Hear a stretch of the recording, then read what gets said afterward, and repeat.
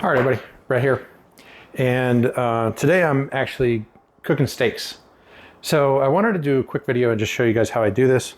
So I've got a Anovo immersion cooker, sous vide.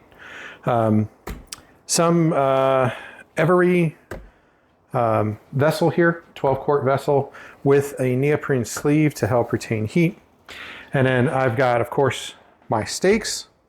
And then with the vessel, it also came with a small rack here to hold the meat in the water, and then a lid to hold heat and also keep the water from evaporating out.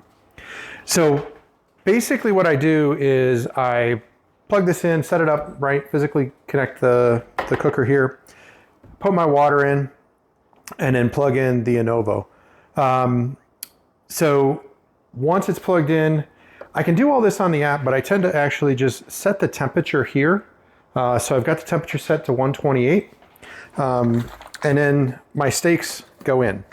I buy all my steaks, kind of call it bulk at Costco, and then I bring them home and freeze them. So I vacuum seal them in bags, food safe, cook safe bags, and then I freeze them, making it a little bit easier for me to kind of buy them, freeze them, and then cook them later. The other nice thing about the way that I'm doing this, and I've not had any issues with this at all. I've been doing this for 4 or 5 months now. I do this in the morning. I usually have this ready to go by 6:30 in the morning, and then I grill my steaks at 6 o'clock at night.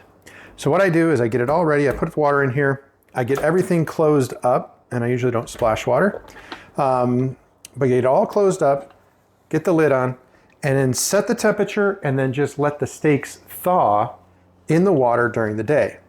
Like I said, it's usually 6:30 in the morning when I put these in, and then by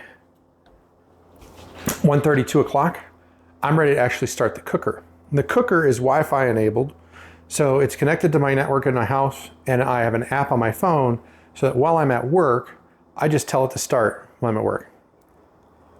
There's probably a way to program it and everything else.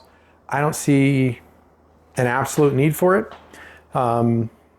It might make things a little bit easier. I have forgotten to turn on the cooker once or twice, but it all works out. So what I'll do is I'll do this, and then at the end of the day, I will pull them out, dry them off, salt, pepper, sear them on the grill. And then I have my perfect steak. It's always cooked to the exact temperature that I set here. So I've got this thing set at 128.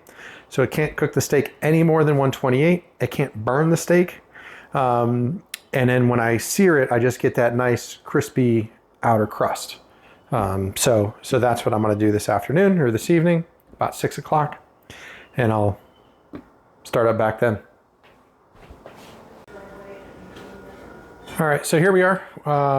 It's now 5:56. So I put this on 7:30 or so. I turned on the actual heat at about 2:15 or so. So it's been going for about 3 hours, 45 minutes. It's sitting right now, it's at 127.9 degrees. I had it set at 128 because that's what I wanted my meat to be cooked to. I'm just gonna go ahead and turn it off. And then open it all up.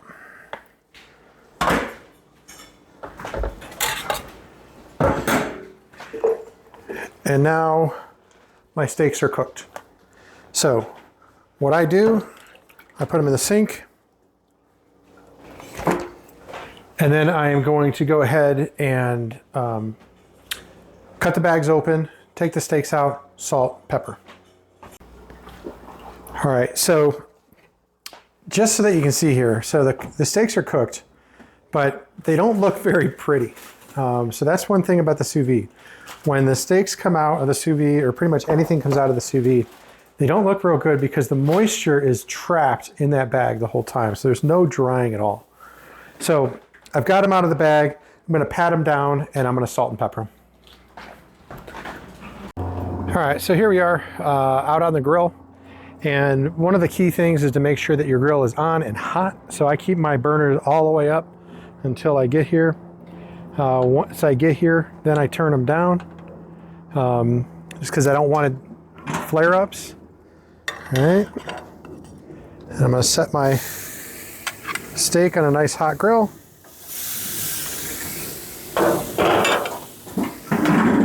And I'm going to close it up to keep the heat. So now they're fully cooked. So they're at 128 degrees internal temperature right now. So I don't have to worry about cooking them. I'm just worried about getting a good sear on the steak, get a little bit of crisp crunch on the outer part of the steak, and then I'm ready to eat it. So couple minutes each side. It's really not that bad. All right, and here we have it. So now I have two perfectly cooked steaks.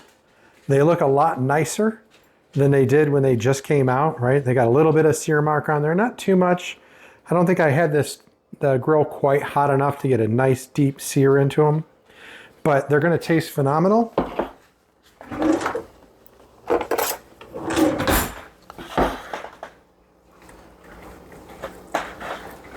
And just to show you how perfect they look,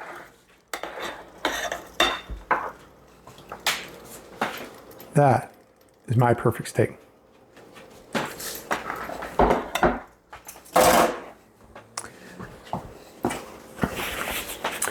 Honestly, this is the only way that I cook steaks now when I'm here at home. Sous vide in the morning, get it going, let it run. Night, pull it off, hit the grill. I'm gonna go grab some butter, put some butter on here to melt some butter onto the top of it. Adds a little bit more flavor. And my wife and daughter are gonna love them. I'll talk to you tomorrow.